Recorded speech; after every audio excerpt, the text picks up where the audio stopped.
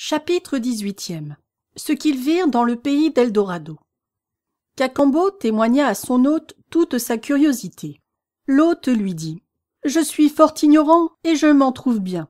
Mais nous avons ici un vieillard retiré de la cour qui est le plus savant homme du royaume et le plus communicatif. » Aussitôt, il mène Cacambo chez le vieillard. Candide ne jouait plus que le second personnage et accompagnait son valet.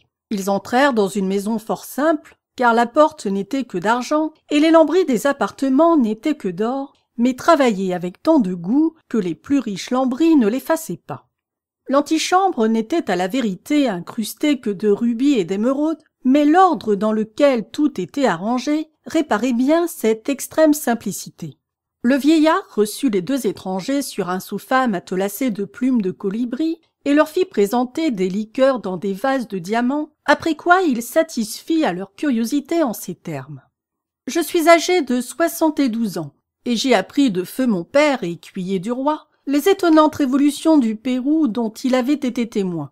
Le royaume où nous sommes est l'ancienne patrie des Incas, qui en sortirent très imprudemment pour aller subjuguer une partie du monde et qui furent enfin détruits par les Espagnols. Les princes de leur famille, qui restèrent dans leur pays natal, furent plus sages. Ils ordonnèrent du consentement de la nation qu'aucun habitant ne sortirait jamais de notre petit royaume, et c'est ce qui nous a conservé notre innocence et notre félicité. Les Espagnols ont eu une connaissance confuse de ce pays, ils l'ont appelé Eldorado, et un Anglais nommé le chevalier Raleigh en a même approché il y a environ 100 années, mais comme nous sommes entourés de rochers inabordables et de précipices, nous avons toujours été jusqu'à présent à l'abri de la rapacité des nations de l'Europe qui ont une fureur inconcevable pour les cailloux et pour la fange de notre terre et qui, pour en avoir, nous tueraient tous jusqu'au dernier. » La conversation fut longue. Elle roula sur la forme du gouvernement, sur les mœurs, sur les femmes, sur les spectacles publics, sur les arts. Enfin Candide, qui avait toujours du goût pour la métaphysique, fit demander par Cacambo si dans le pays il y avait une religion. Le vieillard rougit un peu. « Comment donc, dit-il, en pouvez-vous douter? Est-ce que vous nous prenez pour des ingrats ?» Cacambo demanda humblement quelle était la religion d'Eldorado. Le vieillard rougit encore. « Est-ce qu'il peut y avoir deux religions? Dit-il. Nous avons, je crois, la religion de tout le monde. Nous adorons Dieu du soir jusqu'au matin. N'adorez-vous qu'un seul Dieu? Dit Cacambo, qui servit toujours d'interprète aux doutes de Candide. Apparemment, dit le vieillard, qu'il n'y en a ni deux, ni trois, ni quatre. Je vous avoue que les gens de votre monde font des questions bien singulières. Candide ne se lassait pas de faire interroger ce bon vieillard. Il voulut savoir comment on priait Dieu dans l'Eldorado. Nous ne le prions point, dit le bon et respectable sage. Nous n'avons rien à lui demander. Il nous a donné tout ce qu'il nous faut. Nous le remercions sans cesse. Candide eut la curiosité de voir des prêtres. Il fit demander où ils étaient. Le bon vieillard sourit. « Mes amis, dit-il, nous sommes tous prêtres. Le roi et tous les chefs de famille chantent des cantiques d'action de grâce solennellement tous les matins, et 5 ou 6 000 musiciens les accompagnent. Quoi? Vous n'avez point de moines qui enseignent, qui disputent, qui gouvernent, qui cabalent, et qui font brûler les gens qui ne sont pas de leur avis? Il faudrait que nous fussions fous, dit le vieillard. Nous sommes tous ici du même avis, et nous n'entendons pas ce que vous voulez dire avec vos moines. » Candide, à tous ces discours, demeurait en extase et disait en lui-même « Ceci est bien différent de la Westphalie et du château de monsieur le baron. Si notre ami Pangloss avait vu Eldorado, il n'aurait plus dit que le château de Tender-Tentronckh était ce qu'il y avait de mieux sur la terre. Il est certain qu'il faut voyager. » Après cette longue conversation, le bon vieillard fit atteler un carrosse à 6 moutons et donna 12 de ses domestiques aux 2 voyageurs pour les conduire à la cour. « Excusez-moi, leur dit-il, si mon âge me prive de l'honneur de vous accompagner. Le roi vous recevra d'une manière dont vous ne serez pas mécontent et vous pardonnerez sans doute aux usages du pays s'il y en a quelques-uns qui vous déplaisent. » Candide et Cacambo montent en carrosse. Les 6 moutons volaient et en moins de 4 heures on arriva au palais du roi situé à un bout de la capitale. Le portail était de 220 pieds de haut et de 100 de large. Il était impossible d'exprimer quelle en était la matière. On voit assez quelle supériorité prodigieuse elle devait avoir sur ces cailloux et sur ce sable que nous nommons or et pierreries. 20 belles filles de la garde reçurent Candide et Cacambo à la descente du carrosse, les conduisirent au bain, les vêtirent de robes d'un tissu de duvet de colibri, après quoi les grands officiers et les grandes officières de la couronne les menèrent à l'appartement de Sa Majesté, au milieu de 2 files chacune de 1000 musiciens selon l'usage ordinaire. Quand ils approchèrent de la salle du trône, Cacambo demanda à un grand officier comment il fallait s'y prendre pour saluer Sa Majesté. Si on se jetait à genoux ou ventre à terre, si on mettait les mains sur la tête ou sur le derrière, si on léchait la poussière de la salle, en un mot, quelle était la cérémonie? L'usage, dit le grand officier, est d'embrasser le roi et de le baiser des 2 côtés. Candide et Cacambo sautèrent au cou de Sa Majesté, qui les reçut avec toute la grâce imaginable et qui les pria poliment à souper. En attendant, on leur fit voir la ville, les édifices publics élevés jusqu'aux nues, les marchés ornés de 1000 colonnes, les fontaines d'eau pure, les fontaines d'eau rose, celles de liqueurs de canne de sucre qui coulaient continuellement dans de grandes places, pavées d'une espèce de pierrerie qui répandait une odeur semblable à celle du girofle et de la cannelle. Candide demanda à voir la cour de justice, le parlement. On lui dit qu'il n'y en avait point et qu'on ne plaidait jamais. Il s'informa s'il y avait des prisons, et on lui dit que non. Ce qui le surprit davantage et qui lui fit le plus de plaisir, ce fut le palais des sciences, dans lequel il vit une galerie de 2000 pas, toute pleine d'instruments de mathématiques et de physique. Après avoir parcouru tout l'après-dîner, à peu près la 1000e partie de la ville, on les ramena chez le roi. Candide se mit à table entre Sa Majesté, son valet Cacambo et plusieurs dames. Jamais on ne fit meilleure chère, et jamais on n'eut plus d'esprit à souper qu'en eut Sa Majesté. Cacambo expliquait les bons mots du roi à Candide, et quoique traduits, il paraissait toujours des bons mots. De tout ce qui étonnait Candide, ce n'était pas ce qui l'étonna le moins. Ils passèrent un mois dans cet hospice. Candide ne cessait de dire à Cacambo: « Il est vrai, mon ami, encore une fois, que le château où je suis né ne vaut pas le pays où nous sommes. Mais enfin, mademoiselle Cunégonde n'y est pas, et vous avez sans doute quelque maîtresse en Europe. Si nous restons ici, nous n'y serons que comme les autres. Au lieu que si nous retournons dans notre monde seulement avec 12 moutons chargés de cailloux d'Eldorado, nous serons plus riches que tous les rois ensemble. Nous n'aurons plus d'inquisiteurs à craindre, et nous pourrons aisément reprendre mademoiselle Cunégonde. » Ce discours plut à Cacambo.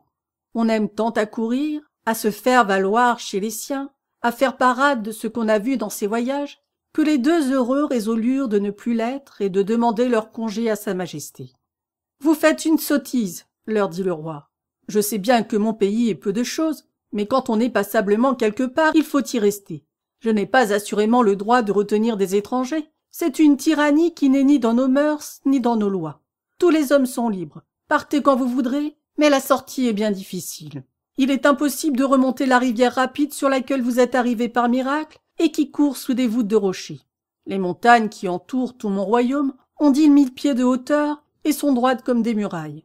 Elles occupent chacune en largeur un espace de plus de 10 lieues. On ne peut en descendre que par des précipices. Cependant, puisque vous voulez absolument partir, je vais donner ordre aux intendants des machines d'en faire une qui puisse vous transporter commodément. Quand on vous aura conduit au revers des montagnes, personne ne pourra vous accompagner, car mes sujets ont fait vœu de ne jamais sortir de leur enceinte, et ils sont trop sages pour rompre leurs vœux. Demandez-moi d'ailleurs tout ce qu'il vous plaira. Nous ne demandons à votre majesté, dit Cacambo, que quelques moutons chargés de vivres, de cailloux et de la boue du pays. Le roi rit. Je ne conçois pas, dit-il, quel goût vos gens d'Europe ont pour notre boue jaune, mais emportez-en tant que vous voudrez, et grand bien vous fasse. Il donna l'ordre sur le champ à ses ingénieurs de faire une machine pour guinder ces 2 hommes extraordinaires hors du royaume. 3000 bons physiciens y travaillèrent. Elle fut prête au bout de 15 jours et ne coûta pas plus de 20 millions de livres sterling, monnaie du pays. On mit sur la machine Candide et Cacambo. Il y avait 2 grands moutons rouges sellés et bridés pour leur servir de monture quand ils auraient franchi les montagnes, 20 moutons de batte chargés de vivres, 30 qui portaient des présents de ce que le pays a de plus curieux, et 50 chargés d'or, de pierreries et de diamants. Le roi embrassa tendrement les 2 vagabonds. Ce fut un beau spectacle que leur départ et la manière ingénieuse dont ils furent hissés, eux et leurs moutons, haut des montagnes. Les physiciens prirent congé d'eux après les avoir mis en sûreté, et Candide n'eut plus d'autre désir et d'autre objet que d'aller présenter ses moutons à mademoiselle Cunégonde. « Nous avons, dit-il, de quoi payer le gouverneur de Buenos Aires. Si mademoiselle Cunégonde peut être mise à prix, marchons vers la Cayenne, embarquons-nous, et nous verrons ensuite quel royaume nous pourrons acheter. » Chapitre 19e. Ce qui leur arriva à Suriname et comment Candide fit connaissance avec Martin. La première journée de nos deux voyageurs fut assez agréable. Ils étaient encouragés par l'idée de se voir possesseurs de plus de trésors que l'Asie, l'Europe et l'Afrique n'en pouvaient rassembler. Candide, transporté, écrivit le nom de Cunégonde sur les arbres. À la seconde journée, 2 de leurs moutons s'enfoncèrent dans des marais et y furent abîmés avec leur charge. 2 autres moutons moururent de fatigue quelques jours après. 7 ou 8 périrent ensuite de faim dans un désert. D'autres tombèrent au bout de quelques jours dans des précipices. Enfin, après 100 jours de marche, il ne leur resta que 2 moutons. Candide dit à Cacambo: « Mon ami, vous voyez comme les richesses de ce monde sont périssables. Il n'y a rien de solide que la vertu et le bonheur de revoir mademoiselle Cunégonde. »« Je l'avoue, dit Cacambo, mais il nous reste encore 2 moutons avec plus de trésors que n'en aura jamais le roi d'Espagne, et je vois de loin une ville que je soupçonne être Suriname, appartenant aux Hollandais. Nous sommes au bout de nos peines et au commencement de notre félicité. » En approchant de la ville, ils rencontrèrent un nègre étendu par terre, n'ayant plus que la moitié de son habit, c'est-à-dire d'un caleçon de toile bleue.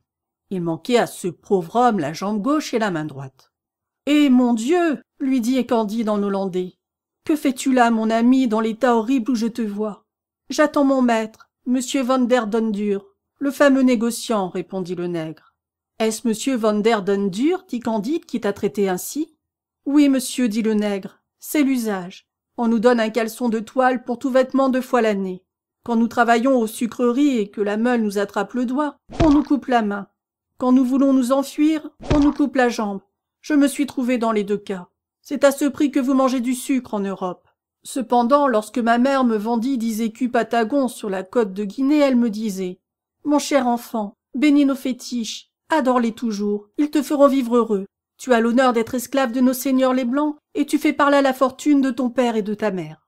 Hélas, je ne sais pas si j'ai fait leur fortune, mais ils n'ont pas fait la mienne. Les chiens, les singes et les perroquets sont 1000 fois moins malheureux que nous. Les fétiches hollandais qui m'ont converti me disent tous les dimanches que nous sommes tous enfants d'Adam, blancs et noirs. Je ne suis pas généalogiste, mais si ces prêcheurs disent vrai, nous sommes tous cousins issus de Germain. Or, vous m'avouerez qu'on ne peut pas en user avec ses parents d'une manière plus horrible. »« Oh, Pangloss !» s'écria Candide. « Tu n'avais pas deviné cette abomination ?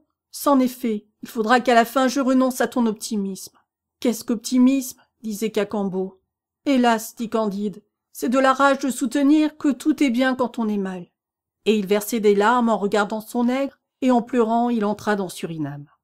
La première chose dont il s'informe, c'est s'il n'y a point au port quelque vaisseau qu'on pût envoyer à Buenos Aires. Celui à qui ils s'adressèrent était justement un patron espagnol qui s'offrit à faire avec eux un marché honnête. Il leur donna rendez-vous dans un cabaret. Candide et le fidèle Cacambo allèrent l'y attendre avec leurs 2 moutons. Candide, qui avait le cœur sur les lèvres, conta à l'Espagnol toutes ses aventures et lui avoua qu'il voulait enlever mademoiselle Cunégonde. « Je me garderai bien de vous passer à Buenos Aires, dit le patron. Je serai pendu et vous aussi. La belle Cunégonde est la maîtresse favorite de monseigneur. » Ce fut un coup de foudre pour Candide. Il pleura longtemps. Enfin, il tira à part Cacambo. « Voici, mon cher ami, lui dit-il, ce qu'il faut que tu fasses. Nous avons chacun dans nos poches pour 5 ou 6 millions de diamants. Tu es plus habile que moi. Va prendre mademoiselle Cunégonde à Buenos Aires. Si le gouverneur fait quelques difficultés, donne-lui 1 million. S'il ne se rend pas, donne-lui en 2. Tu n'as point tué d'inquisiteur, on ne se défiera point de toi. J'équiperai un autre vaisseau, j'irai t'attendre à Venise. C'est un pays libre où l'on n'a rien à craindre ni des Bulgares, ni des Abares, ni des Juifs, ni des inquisiteurs. » Cacambo applaudit à cette sage résolution. Il était au désespoir de se séparer d'un bon maître devenu son ami intime, mais le plaisir de lui être utile l'emporta sur la douleur de le quitter. Ils s'embrassèrent en versant des larmes. Candide lui recommanda de ne point oublier la bonne vieille. Cacambo partit dès le jour même, c'était un très bon homme que ce Cacambo. Candide resta encore quelque temps à Suriname et attendit qu'un autre patron voulût le mener en Italie, lui et les 2 moutons qui lui restaient. Il prit des domestiques et acheta tout ce qui lui était nécessaire pour un long voyage. Enfin, M. Vanderdendur, maître d'un gros vaisseau, vint se présenter à lui. « Combien voulez-vous, demanda-t-il à cet homme, pour me mener en droiture à Venise, moi, mes gens, mon bagage et les 2 moutons que voilà ?» Le patron s'accorda à 10 000 piastres.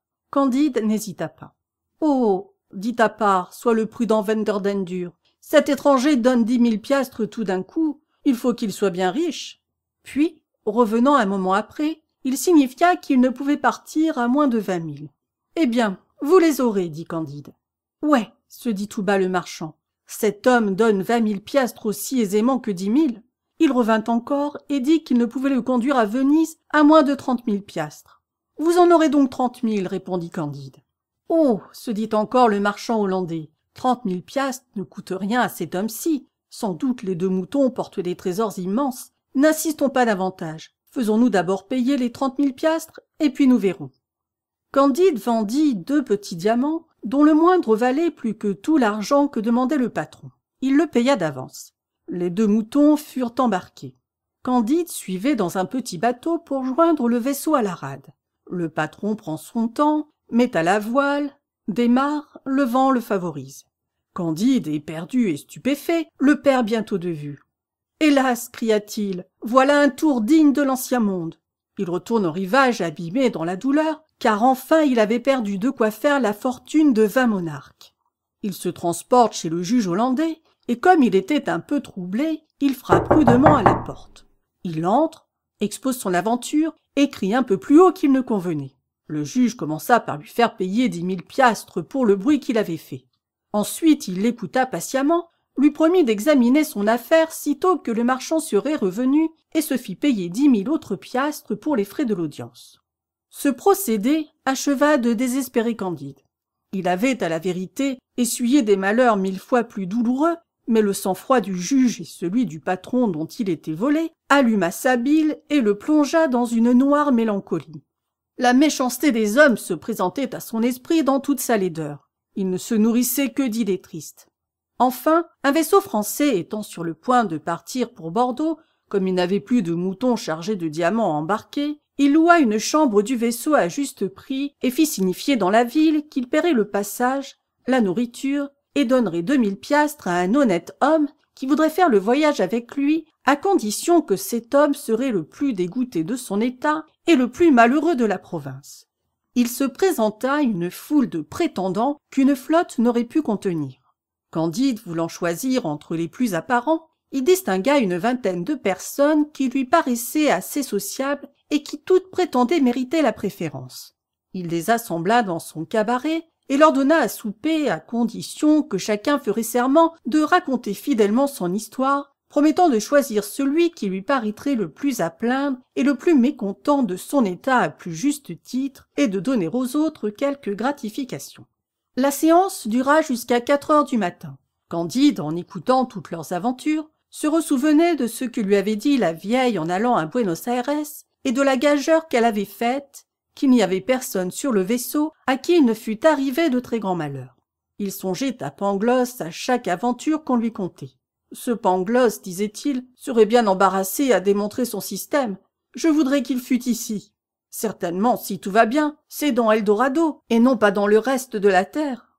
Enfin, il se détermina en faveur d'un pauvre savant qui avait travaillé 10 ans pour les libraires d'Amsterdam. Il jugea qu'il n'y avait point de métier au monde dont on dût être plus dégoûté.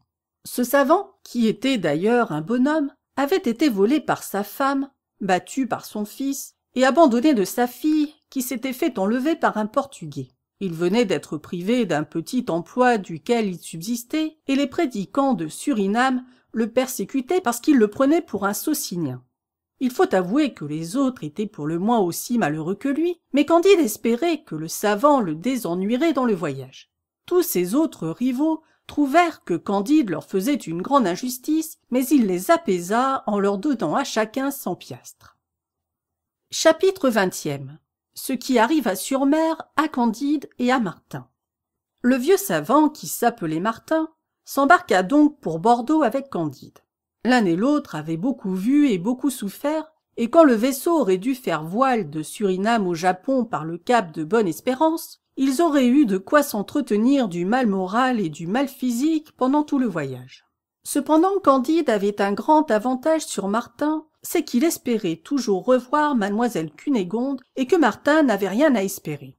De plus, il avait de l'or et des diamants, et quoiqu'il eût perdu son gros mouton rouge chargé des plus grands trésors de la terre, quoiqu'il eût toujours sur le cœur la friponnerie du patron hollandais, cependant, quand il songeait à ce qui lui restait dans ses poches, et quand il parlait de Cunégonde, surtout à la fin du repas, il penchait alors pour le système de Pangloss. « Mais vous, monsieur Martin, dit-il au savant, que pensez-vous de tout cela? Quelle est votre idée sur le mal moral et le mal physique ?»« Monsieur, répondit Martin, mes prêtres m'ont accusé d'être socinien, mais la vérité du fait est que je suis manichéen. »« Vous vous moquez de moi, dit Candide.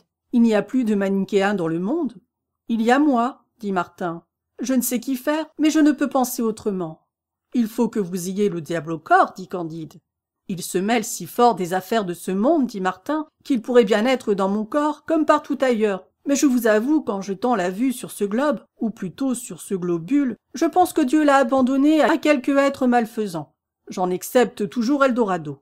Je n'ai guère vu de ville qui ne désirât la ruine de la ville voisine, point de famille qui ne voulût exterminer quelque autre famille. Partout les faibles ont en exécration les puissants devant lesquels ils rampent, et les puissants les traitent comme des troupeaux dont on vend la laine et la chair. 1 million d'assassins enrégimentés, courant d'un bout de l'Europe à l'autre, exercent le meurtre et le brigandage avec discipline pour gagner son pain, parce qu'il n'a pas de métier plus honnête. Et dans les villes qui paraissent jouir de la paix et où les arts fleurissent, les hommes sont dévorés de plus d'envie, de soins et d'inquiétude qu'une ville assiégée n'éprouve de fléaux. Les chagrins secrets sont encore plus cruels que les misères publiques. En un mot, j'en ai tant vu et tant éprouvé que je suis manichéen. « Il y a pourtant du bon, répliquait Candide. « Cela peut être, disait Martin, mais je ne le connais pas. » Au milieu de cette dispute, on entendit un bruit de canon. Le bruit redouble de moment en moment. Chacun prend sa lunette. On aperçoit 2 vaisseaux qui combattaient à la distance d'environ 3 miles. Le vent les amena l'un et l'autre si près du vaisseau français qu'on eut le plaisir de voir le combat tout à son aise. Enfin, l'un des 2 vaisseaux lâcha à l'autre une bordée si bas et si juste qu'il le coula à fond. Candide et Martin aperçurent distinctement une centaine d'hommes sur le tillac du vaisseau qui s'enfonçait. Ils levaient tous les mains au ciel et jetaient des clameurs effroyables. En un moment, tout fut englouti. « Eh bien, dit Martin, voilà comme les hommes se traitent les uns les autres. Il est vrai, dit Candide, qu'il y a quelque chose de diabolique dans cette affaire. » En parlant ainsi, il aperçut je ne sais quoi d'un rouge éclatant qui nageait auprès de son vaisseau. On détacha la chaloupe pour voir ce que ce pouvait être. C'était un de ses moutons. Candide eut plus de joie de retrouver ce mouton qu'il n'avait été affligé d'en perdre 100 tous chargés de gros diamants d'Eldorado. Le capitaine français aperçut bientôt que le capitaine du vaisseau submergeant était espagnol et que celui du vaisseau submergé était un pirate hollandais. C'était celui-là même qui avait volé Candide. Les richesses immenses dont ce scélérat s'était emparé furent ensevelies avec lui dans la mer, et il n'y eut qu'un mouton de sauvé. « Vous voyez, dit Candide à Martin, que le crime est puni quelquefois. Ce coquin de patron hollandais a eu le sort qu'il méritait. »« Oui, dit Martin, mais fallait-il que les passagers qui étaient sur son vaisseau périssent aussi? Dieu a puni ce fripon, le diable a noyé les autres. » Cependant, le vaisseau français et l'espagnol continuèrent leur route et Candide continua ses conversations avec Martin. Ils disputèrent 15 jours de suite et au bout de 15 jours, ils étaient aussi avancés que le premier. Mais enfin ils parlaient, ils se communiquaient des idées, ils se consolaient. Candide caressait son mouton. « Puisque je t'ai retrouvé, dit-il, je pourrais bien retrouver Cunégonde. »